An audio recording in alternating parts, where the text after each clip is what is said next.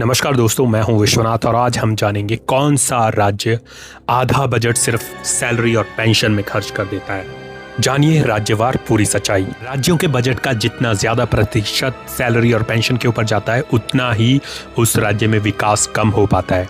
विकास के कार्य जैसे सड़क, स्कूल, अस्पताल आदि में खर्च करना मुश्किल हो जाता है। ये अब बात कर लेते हैं उस लिस्ट की जिसका आपको बेसब्री से इंतजार था, यानी कि राज्यवार बजट प्रतिशत।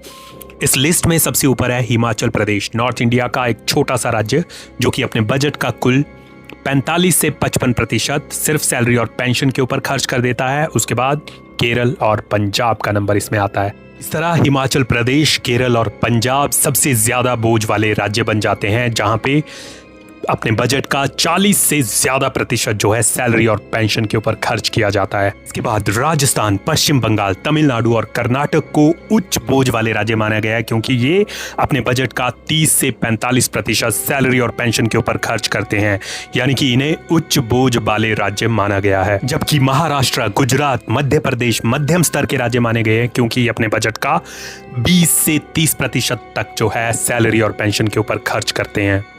इस लिस्ट में कम बोझ वाले राज्य उत्तर प्रदेश और बिहार को माना गया है, क्योंकि ये अपने बजट का 20 से 25% तक ही सैलरी और पेंशन के ऊपर खर्च करते हैं। अगर कुल मिलाकर भारत की स्थिति को देखा जाए तो पूरे भारत में सैलरी, पेंशन और इंटरेस्ट के ऊपर राज्यों का जो कुल व्यय है वो लगभग 40% माना गया है। कई राज्यों में सिर्फ सैलरी और पेंशन पर ही 50% तक का खर्च हो जाता है।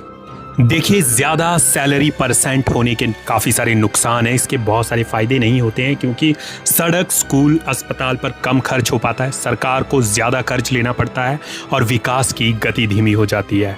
इसके अलावा युवाओं के लिए नौकरी के अवसर कम हो जाते हैं। इसलिए सैलरी और पेंशन का ज़्यादा प्रतिशत का मतलब वित्तीय दबाव।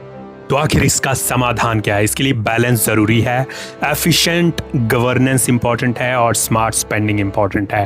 पुरानी पेंशन व्यवस्थाओं में सुधार होना ज़रूरी है और टेक्नोलॉजी और पारदर्शिता का होना बहुत इंपॉर्टेंट है, क्योंकि सही संतुलन ही करेगा विकास का निर्माण। दोस्तों, अगर आपको मेरे द्वारा शेयर किया गया कंटेंट बढ़िया लगता है तो मेरे चैनल को फॉलो ज़रूर करिए। धन्यवाद।